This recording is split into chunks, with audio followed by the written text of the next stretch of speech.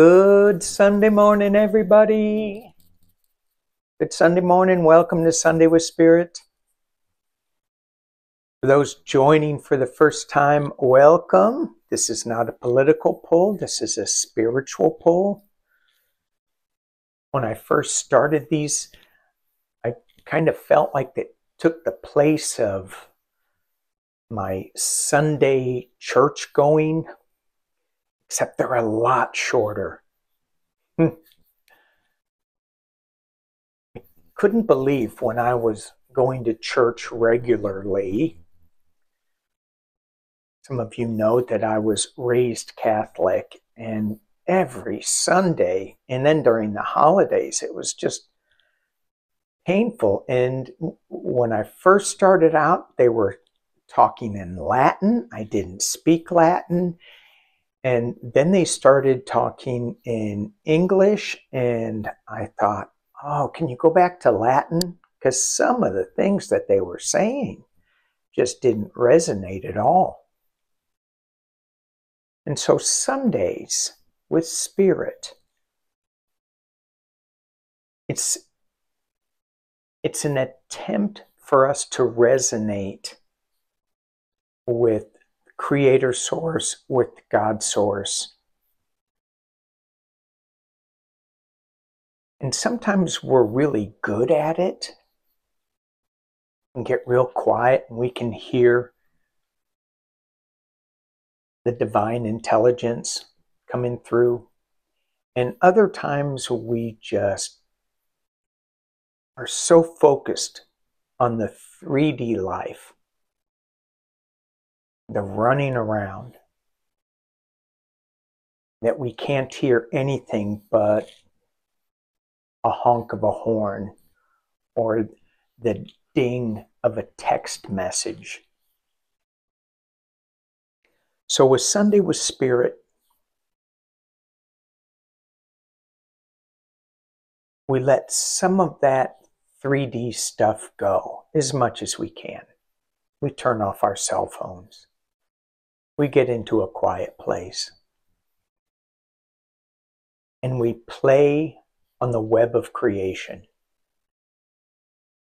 What we think, what we say out loud, how we move on this web of creation reverberates,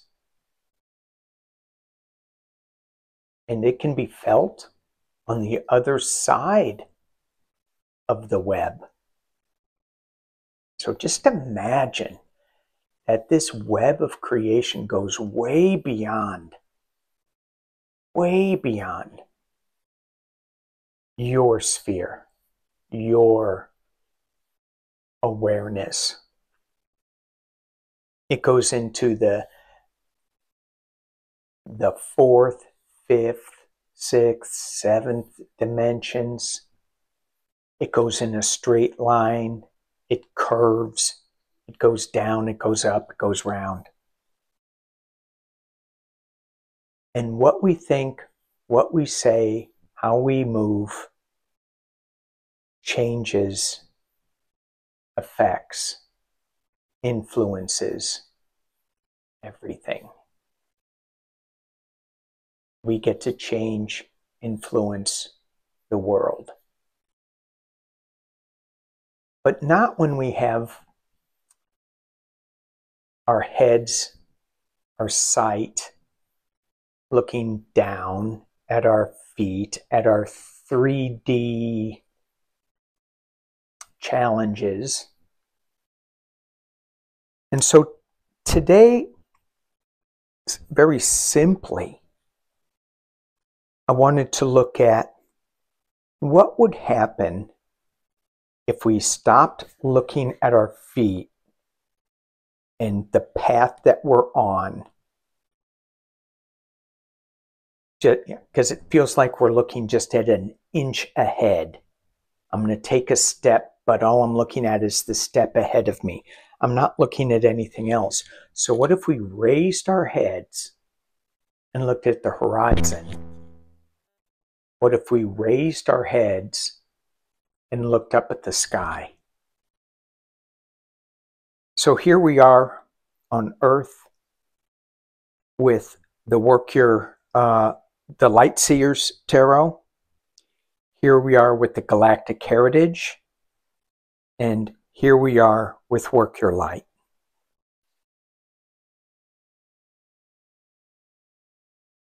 Interesting why I have the Galactic cards is looking out at the horizon. Well, you know, you can't go by what I say, it's what they say. Here we go. As we are in our 3D world, we have the Two of Wands. Not moving, have planned things out, are thinking about moving, world implications. Is that a surfboard? It's a surfboard next to that VW bus, so maybe we're getting in the bus.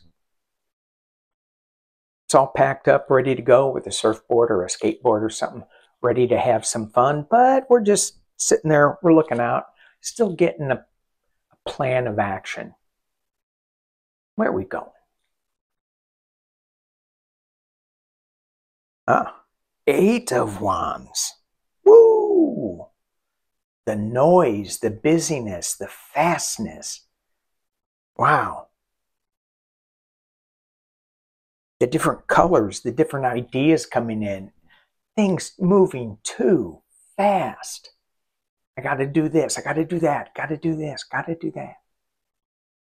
You want what from me? Oh, you want this from me. Okay.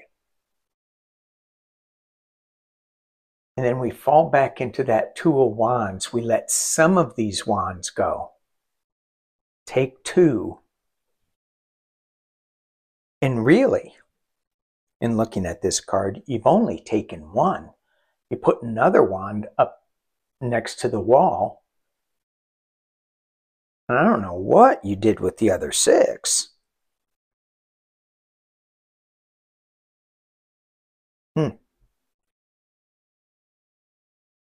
And the next card. Woo! Eight of Swords. This is a restriction card. This is the inability to move. This is the appearance of an inability to move. Just the appearance. We look into the mirror and we see ourselves all tied up. But in reality, whatever that means, the 3D reality, you're just looking at yourself. You're not tied up. So in this 3D world, we have plans that we're setting in motion. We're getting waylaid by all the things coming at us. So much information, so many things to do. Too fast. This is a slow card. This is a real fast card. And this is a tied up card. We get bound up by all the things that we have to do sometimes. What are some of the things that tie you up? That keep you from moving forward? What are some of the things that are just an illusion to you? No, that's who I am. A woman tied up with a blindfold. Maybe not. You know, and the crows or the ravens, let me see if I can see what they are. I think they're crows and ravens. You can, my wife always is saying wedged ravens, and the wedge tail ravens, and I can't remember what she says about this. Oh, scarecrows, square crows. Okay. But the extremely smart. Some would say have a trickster energy to them. Some say they remember a lot. And maybe we should maybe we're remembering the wrong things about us as we just focus on the 3D, on this earthly existence. And if we raise our heads up just a little bit, look out at the horizon. Healing, crisis, and purging. Healing, crisis, and purging. And this is a present time stream. So when we're healing crisis, sometimes it feels like this is never going to get better. When we're purging old thoughts, sometimes it gets, we're so wrapped up in it, so wrapped up in the thought of, and I'm trying to think of another word, it becomes our identity that we're wrapped up and tied up. That's who we are. And it's really not. When we let go of that, when we purge that idea, then we become a little more free. But boy, is it hard. That's where that healing comes in. The healing, the crisis. And as we raise our head, we are just seeking karmic balance. And again, the present card, the Pleiades, seeking karmic balance, goes along with this healing, crisis, and purging.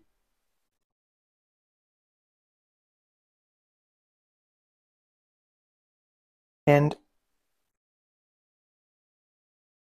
when we feel like we have this imbalance, and certainly we can see that with today, we have these, oh my gosh, well, just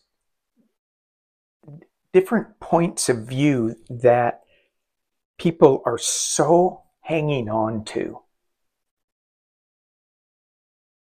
And maybe it's us hanging on to certain things that we just need to let go of.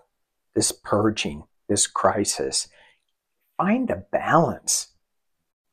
Let go of the past lives, the past traumas. Because once we do that, then when we're no longer tied to the past, the karmic,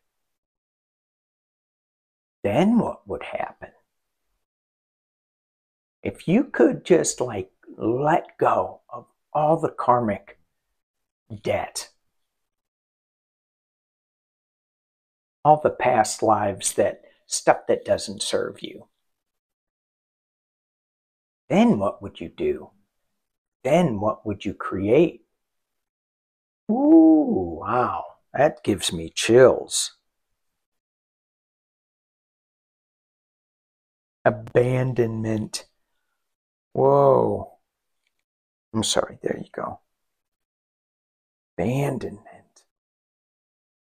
Well, that's not a good feeling. But it goes along with letting go of those past lives. You're abandoning those past lives. Well, I like my past lives. Well, except for that one thing. I'm hanging on to that. What do we hang on more to? For me, I tend to hang on to some of the negative aspects of a past life versus the positive aspects of a past life.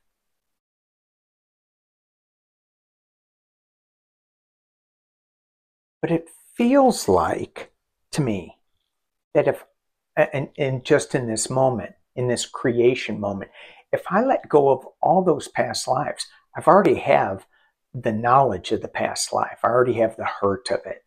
So if I let both of those things go, would I still retain some of the positive aspects? I feel like I would. But right now, as we look to the horizon, it feels like this is saying we need to let go of what's tying us up. The fastness. Find the karmic balance. This feeling of abandonment is a natural occurrence in seeking karmic balance. So maybe it should be this way. Maybe it should be this way.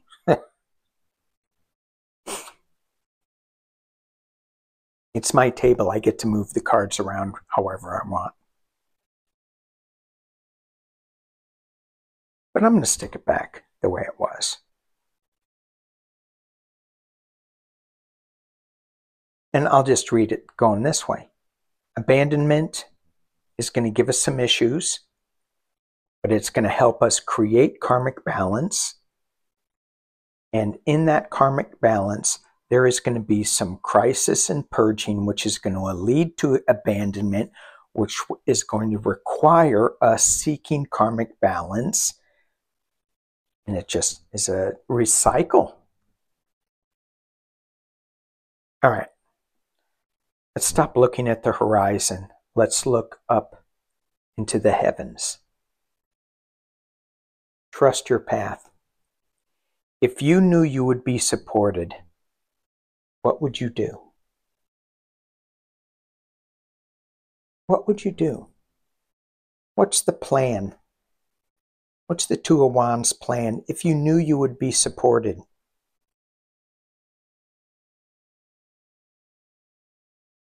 What would you do if you took off all of the restrictions?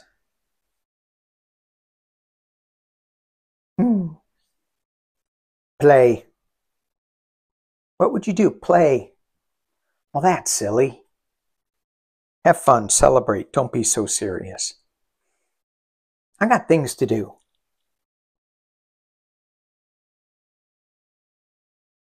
Play. So obviously it's taking this stuff a little lightly. Trust your path. Let it go. Have fun with it. Sisterhood of the Rose. Beauty and devotion. Priestess, mystic, teacher.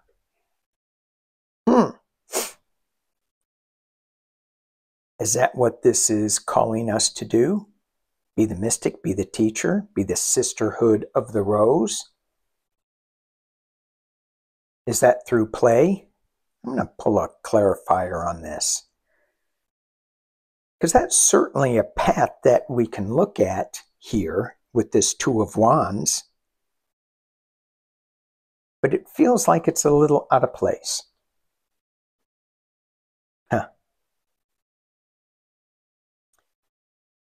Dance with life. Change your energy. How do we become the sisterhood of the rose? How do we have this devotion, this beauty, this priestess energy, this mystic teacher energy? It is play. It's dance with life. Do something different to change your energy.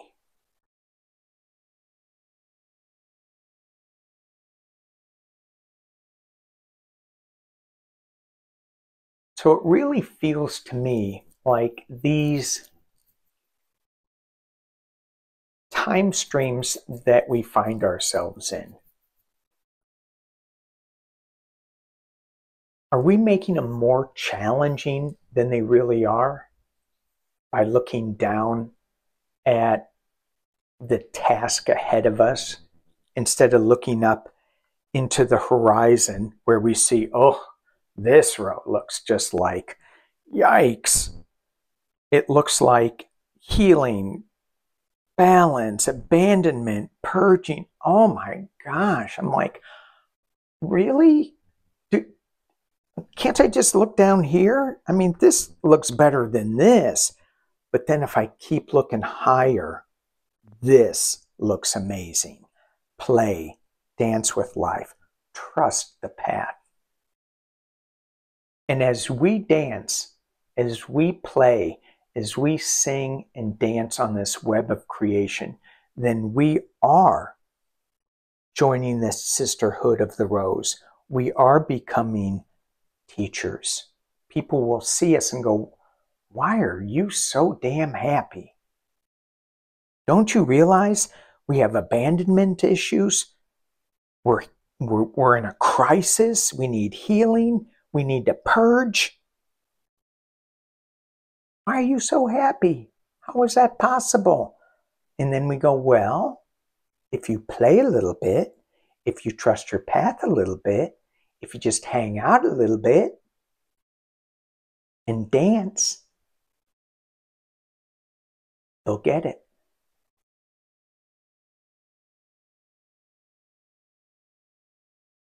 That web of creation starts to vibrate with the dance of life. Beautiful. All right, you all, thank you for joining in this circle. Sunday with Spirit. Peace and love.